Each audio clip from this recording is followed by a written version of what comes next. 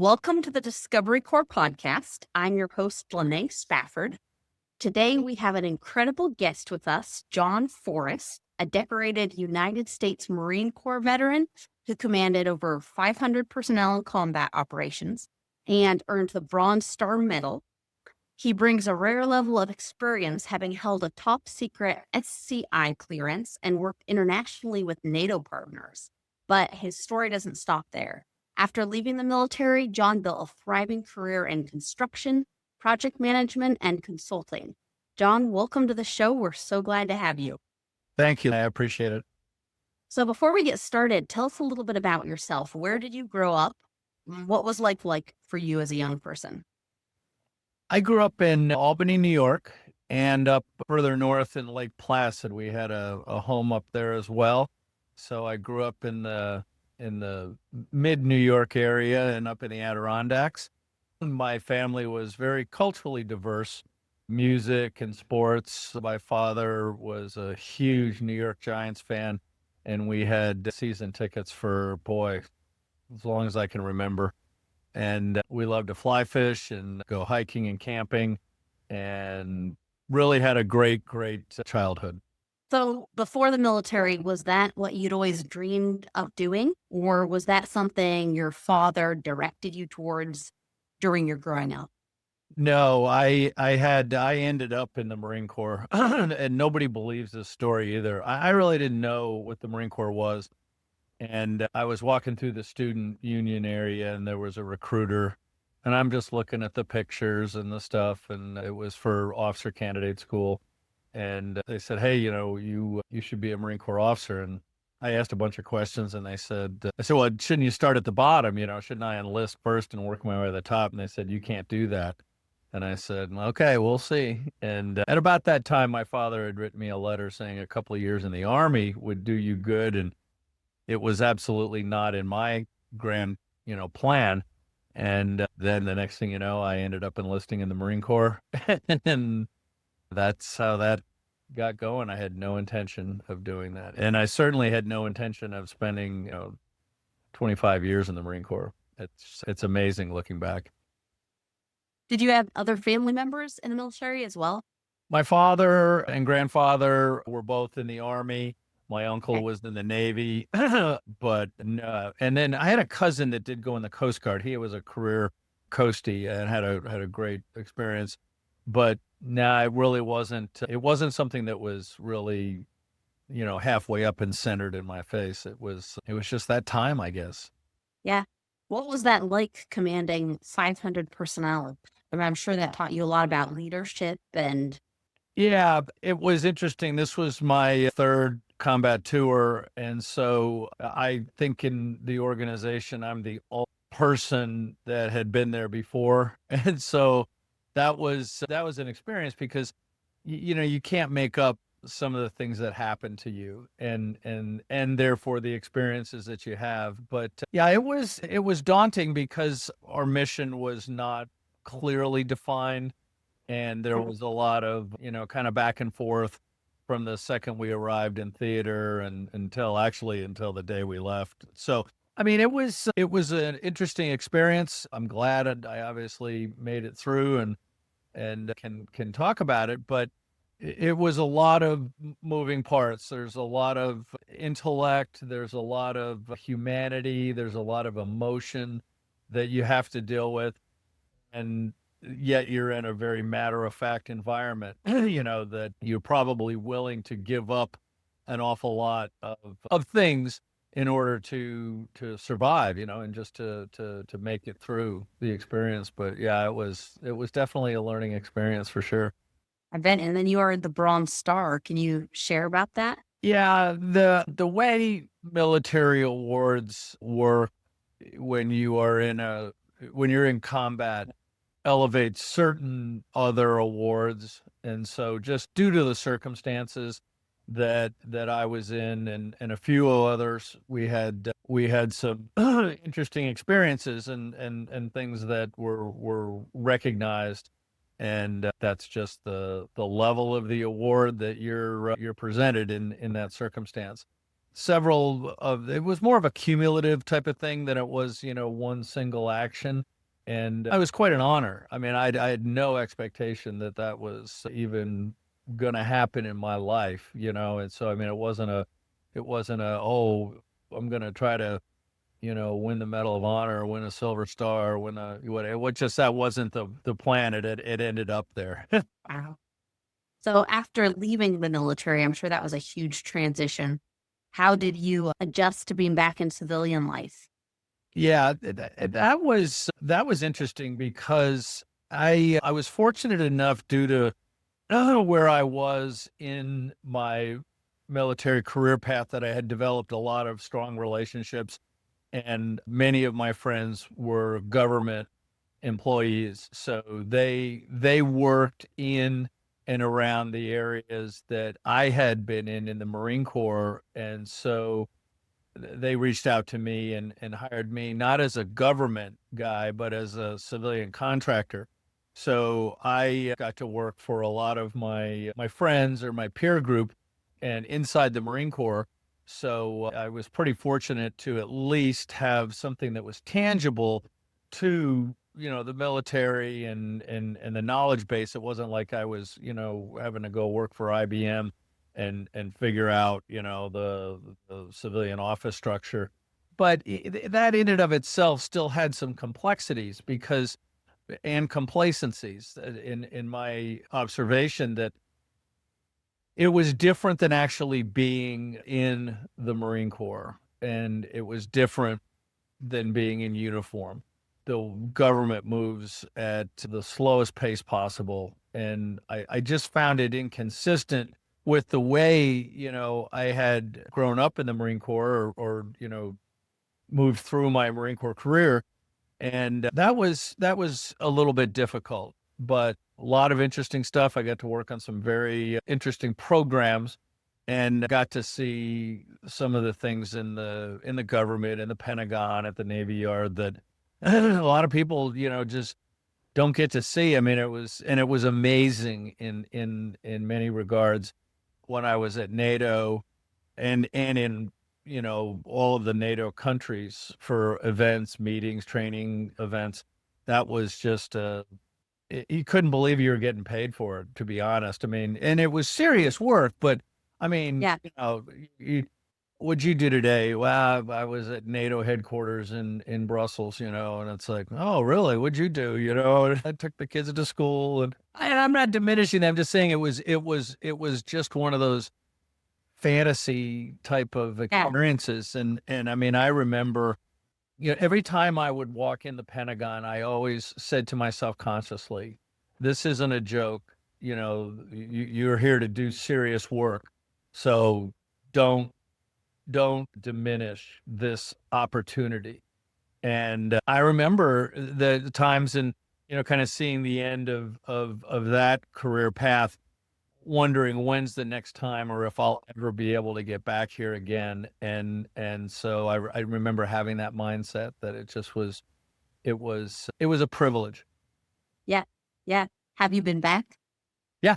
Yep, I did. I actually was one of those, yeah, it's last time I'll never be back. And then there was two other opportunities that they asked me to come up and discuss some things. And it was one of those, oh, wow, and then you're really thinking about it. And so, yeah, I did. I got to have that one more iteration, which was kind of interesting. So, That's awesome. Do you yeah. still stay in contact with a lot of the connections you made there? Yeah, I do. As a matter of fact, I'm the director of AI development for NIVAC Systems that my very best friend in the Marine Corps and who I worked for at Marine Corps Systems Command and on various programs for about 10 years. Yeah, yep. I work with him, and there are two others that we work pretty closely with that are members of that team. And so, yeah, as a matter of fact, in 2 weeks I'm going up to see them, and we're working on a new platform where we're teaching agile project management methodology.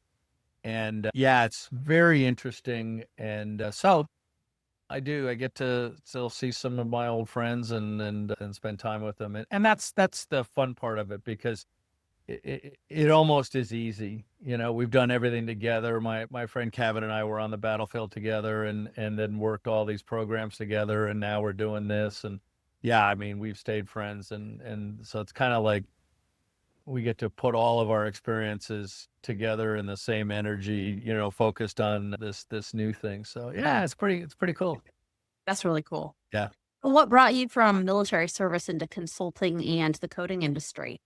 Yeah, yeah, no, I don't even know how to spell concrete. An uphill climb. I lead a veterans group here and I hadn't had a lot of turnout. I wasn't gonna go to the next meeting, I'd been showing up and nobody's there, and I was soured on the whole thing, and I'm really struggling with that selfishness, and I prayed about it. And I'm like, yeah, I'm not going. And I'm standing in the kitchen, and God says to me, "Hey, I'm heading up to the meeting if you want to go, but otherwise you're on your own." I said, "Yeah, I better go." And I got there, and an old friend I hadn't seen in a long time. He was the only one there. We had a great time, caught up, and there was this guy that was walking around the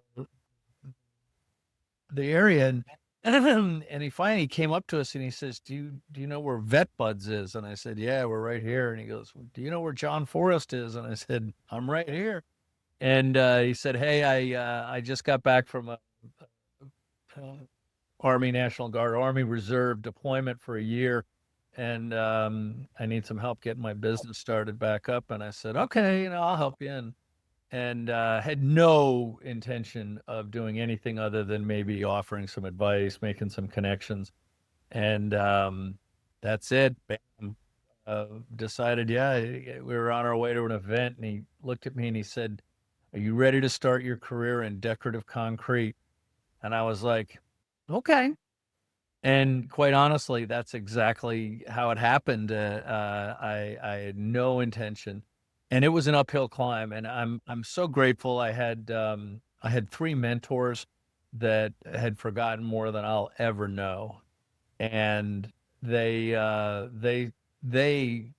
put the time in, and I mean for a year and a half, uh, teaching me, helping me, guiding me, and that foundational experience led me into a couple of other areas where I got well known in the industry, had created some relationships, and so when I decided to move on, I immediately got a phone call from another company, and they said, "Hey, would you come down and help us out?"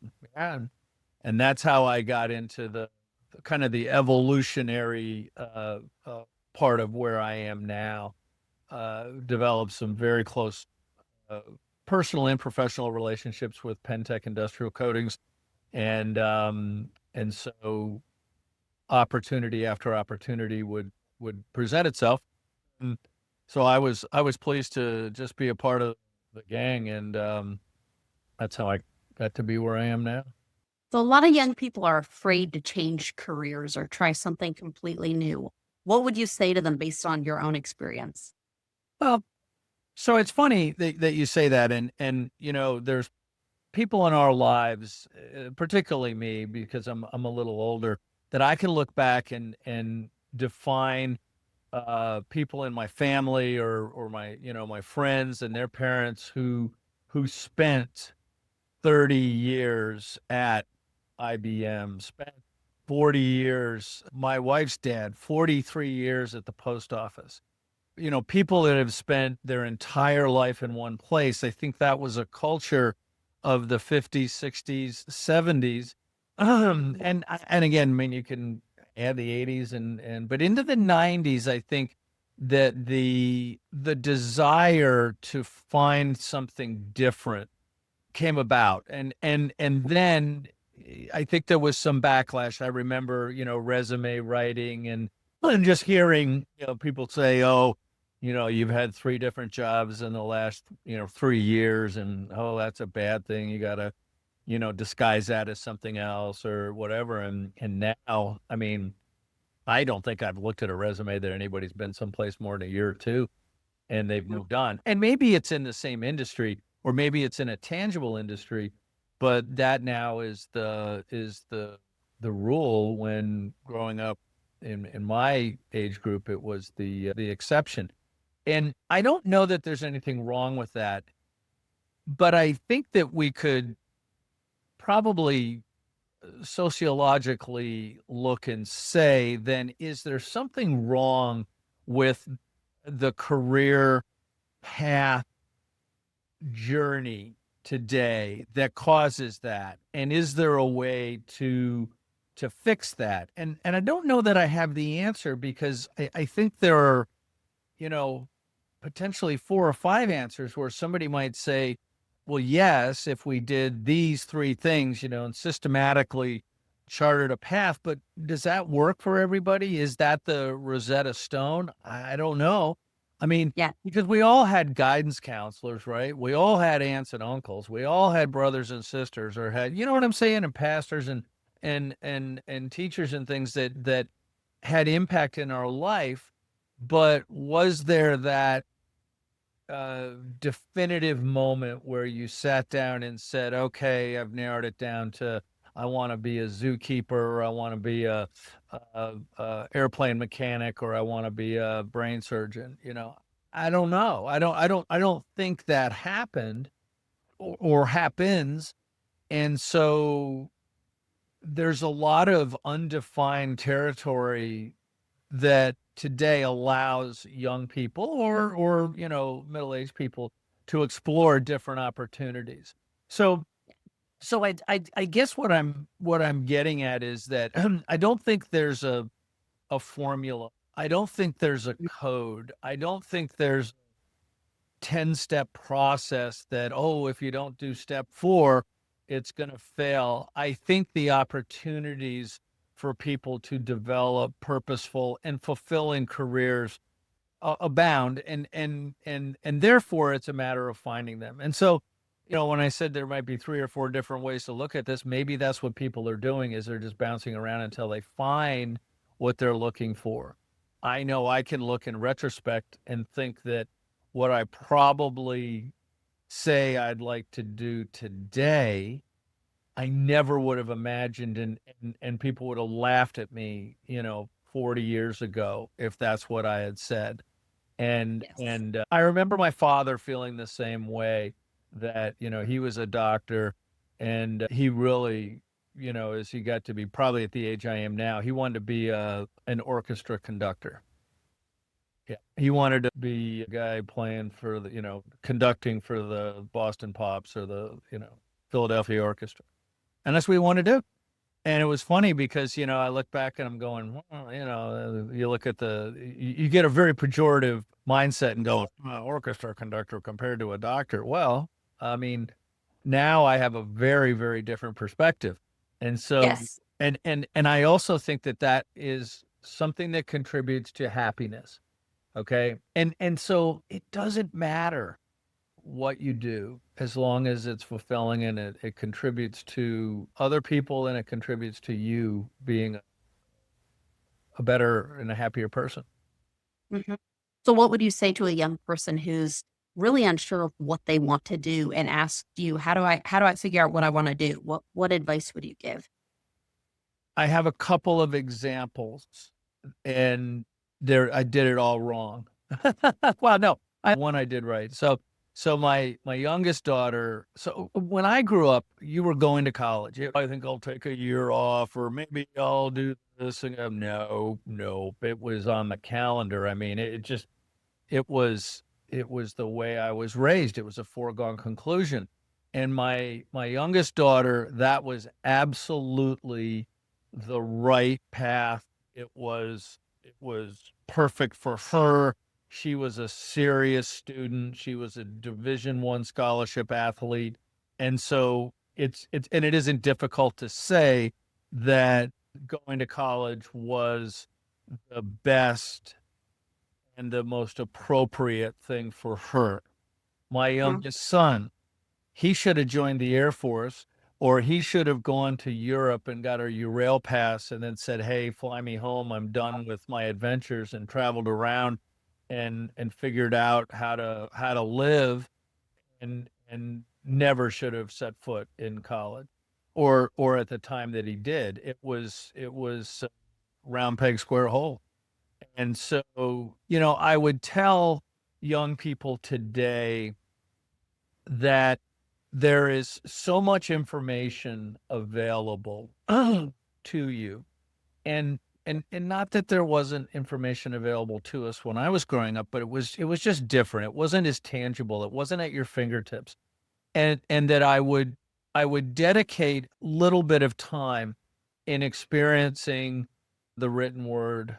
I would definitely experience finding my way spiritually in Christ, and that God has a plan type of mentality, I think would serve young people very well today. Oh, of course, now the guy's name is escaping me. We did a Bible study. It's called the Purpose Driven Life, Rick Warren. And I've done that actually 3 times, and later in life, of course. But it was one of those things that I wish I had done when I was 15 or 18 or even 22. And I sometimes think it's almost like, life is unfair. I have more wisdom, or I have this cathartic moment, and I look back and say, boy, if I had realized what the plan was or what was available, I would have. And then you get very selfish there too. I would have been a better person. I would have been wealthier. I'd have been handsomer. You know, I'd have been able to grow hair. You know what I mean? It's all these things that, I mean, it's like, so the question that you're asking is hard. I mean, and it's not. I don't think there's a right answer. I don't think there's a wrong answer. Drawing upon experiences, and maybe having different experiences at a young age, being exposed to different things, whether it's, in an office, or whether it's an auto mechanic, or whether it's a plumber, or whether it's fill in the blank. I would suggest to find a way that you can have some experiences that you can kind of glob onto and say, aha, I want to pursue that. And then therefore, some of the dominoes will fall for that. I don't know if that makes sense. Yeah, absolutely. Absolutely. So you founded your own consulting firm. What gave you the confidence to bet on yourself and start a business? And what's the hardest part about owning your own business? Well, it really started as a mechanism for me to build my own platform within the government, rather than working for established defense contractors. I could build my own, and get out there and garner contracts, and make the money, and it just it wasn't successful, or it wasn't the answer for the first, let's say, 8 years. And so it really was a folly. I had needed to work for, or I was needed at other organizations, and I couldn't tie mine in to take advantage of that. So it kind of floundered for a little while, and then I got into project management world, and the general contracting world, concrete world, obviously, and some insurance work. And so the framework of the organization was intact. It was there. And so it was easy for me to adapt that into what I was doing. I think the hardest part about running a business is to make sure that your entity, your structure, and your people that you're working with are taken care of.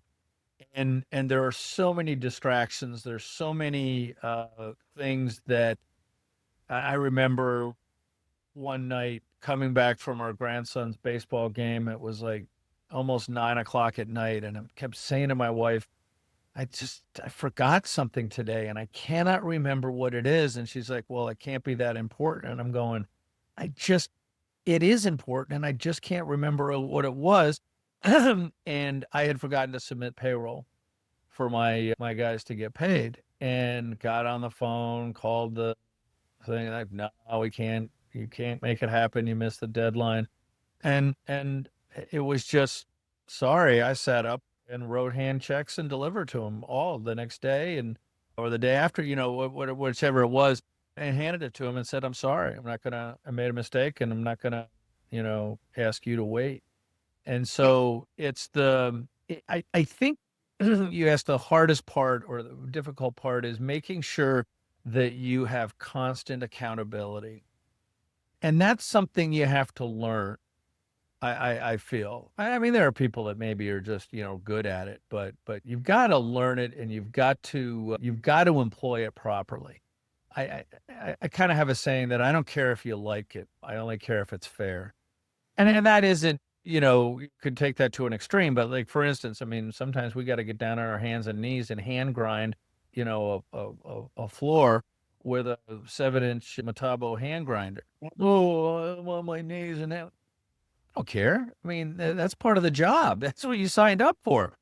Now, Yeah. if it's 1,400 square feet and you're the only guy working today, is that fair? No, no. And I'm not going to ask you to do that, right? But that's what I kind of mean by being accountable. You've got to be accountable to the organization first. Excellent. So, a lot of young people well, actually, just people in general are concerned about the role of AI in our current age. What are your thoughts on that? As a business owner, are you using AI in your consulting work, and how does that change the way you operate? Yeah, I'm the like I said before, I'm the director of AI development for NIVAC Systems. And I kind of fell into it. It's funny, just like anything else, I don't have an original bone in my body. I'm a I'm a burglar of good ideas is what I like to say. I'm not brilliant. I'm not the guy that's thinking up the next big thing. I have a lot of friends that are the thinkers, but they're not the doers. I'm the doer. So again, I go back to say a little bit of reading, a little bit of history, a little bit of societal evolution, just a cursory look at the Industrial Revolution, and you can apply AI to it. I don't.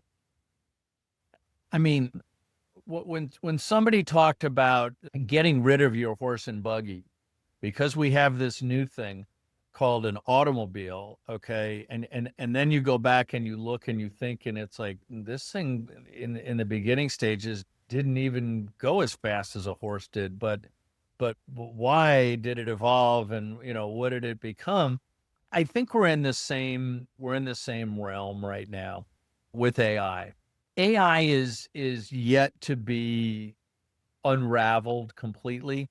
I think the problem that people are having is that they don't understand, and they're fearful that it's moving so fast and its capability sets are improving almost on their own, that Mhm. there's this fear, and maybe the movie culture or the sci-fi culture or whatever. I don't want to pigeonhole anybody, but that the computers are going to take over the world, and we can't turn them off and that sort of thing. I think we're yet to really see if that's the situation. What I have observed myself is that the ability for me to focus on a specific task and to gather as much input to try to get the desired output that I want is fascinating to me with AI. And yes, I know that anybody watching this is going to say, "Well, yeah, what if it gives you the wrong information?" I'm not curing cancer, okay? I'm not counting molecules. All right? I'm doing a spreadsheet, or I'm working with a formula or a system that I've worked with for years that I know but what I desire from the output that AI can give me is very measurable, at least by me. And so I can catch a hallucination, hallucinate, whatever. Can't even say the word hallucinate, a drift.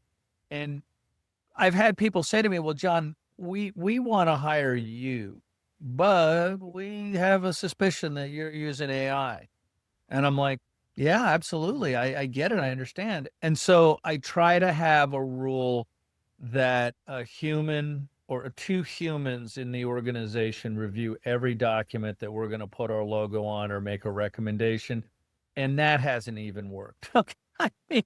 I mean, the wrong version gets sent out, or oh, that draft didn't get reviewed right, or oh, we didn't make, or it didn't save, or whatever. I mean, all the things that existed before this AI phenomena. I mean, that still happens, but the way we're trying to address uh, the phenomenon is, I think, is yet to be determined. And I will say this: I am not a believer right now that AI is going to take over everybody's job. Now, if I were a coder, yeah, I'd probably be worried because Yeah. that's something that is easily replaceable. Now, does that mean that there aren't going to be any computer programmers or coders in the world? No, I don't think that's it. But yeah, the downsizing that we're seeing now, there's a lot of upsizing due to AI. Okay, because of the voluminous amount of information it can produce, it takes 2 men and a small boy to carry the documents that it produces down the hall. And I'm serious. And so there has to be some kind of human discernment that's involved. I was listening to another analysis, and they're saying that the legal field right now is being taken over. Well, I don't know. Is is a AI bot going to be admitted to the Georgia State Bar? I don't know. I don't think so. But and it's not because it can't pass the test. It's Yes. not the dynamic that I mean, are we going to have a robot, congressman and president? I don't think that's what this is about. Now, again, I don't know because it still hasn't unraveled yet, but I think that just like with anything else, the maturity of things that are new. I mean, the cell phone. I mean, the computer, the TV. I mean, the microwave oven, the dishwasher, I mean, you could just go on and on and on and on and take a look at what we started with and now what we've ended up with. And then you can say, is it better? I mean, is the quality of the things that we are using today better than they were in 1950? I don't know. Because there's a lot of things that we laugh about. Again, my wife's Yep. dad, they've got a refrigerator and a freezer that's in a different area now, but they've had that thing since 1960, and it still does its job just fine. I mean, plug it in, and I mean, how many years will it last? I had an air conditioner go out on me the other day, and the guy came by, and I thought it was the old one. It was the new one. And I'm like, that other one's been doing his job for 35 years. Not a problem. And I'm like, it's the new one. And then I say, is that under warranty? And it was. So the part was. So I mean, but I'm just saying. And then I said to him, I said, why is the new one? He goes, do you ever just notice that the things they make today don't last? And I'm like, so my point is that just like the internet when it came out, I mean, people are now saying, I know we've talked about Gary V.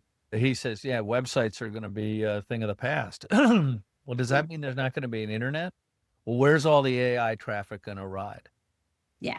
You know what I'm Yeah. saying? So I mean, this is Exactly. yeah, yeah, yeah, and we could sit all day going, if this, could that, would this. So I think it's yet to be seen. Well, and I think even like you mentioned earlier with people's concerns with you using it in your own business, I think it's how people use it, that's going to be important because you can use it as a crutch Yep. and make it do all your thinking for you, or you could use it as a tool and it can help you run more efficiently. I think that's the best answer right there. And you said it a whole lot more succinctly than I did. So, what skills do you think young people could be developing today to stay ahead of that? Well, I think I think there are three, and I think education is important. So I think that they could use the the tools that AI provides to improve their one.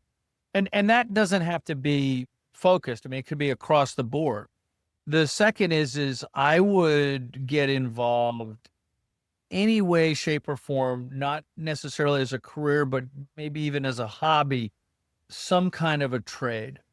And whether that was like when you grew up and your dad, just knew how to fix cars and that's what you guys did, or like my dad, we went fishing, we were fly fishermen, and I mean to the nth degree, reading books and looking at how to read a river and where are the fish and that sort of thing.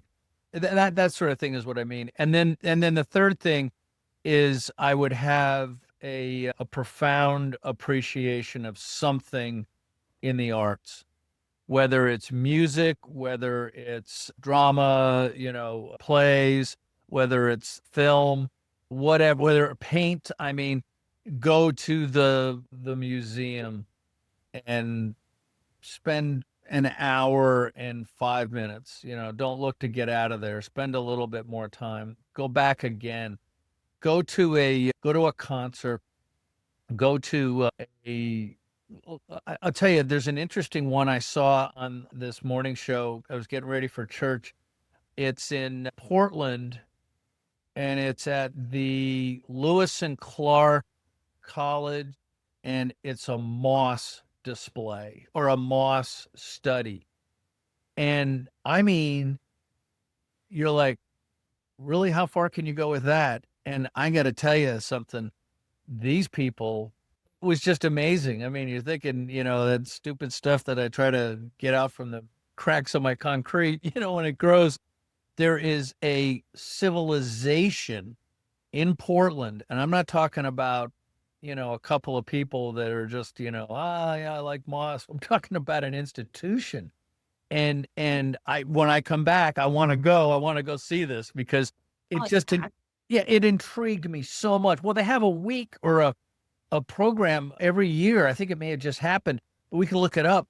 But I'm just saying is that it's a whole week expose that the Moss people of the world convene in at this Lewis and Clark University or college or the school, and we're talking about Comic-Con, Dragon Con, or the Harley Davidson convention or whatever. This is huge, and it intrigued me. So to find something that I don't know, for me, that's almost like an intangible because I'm not a musician, I'm not an artist, I'm not creative in that regard at all.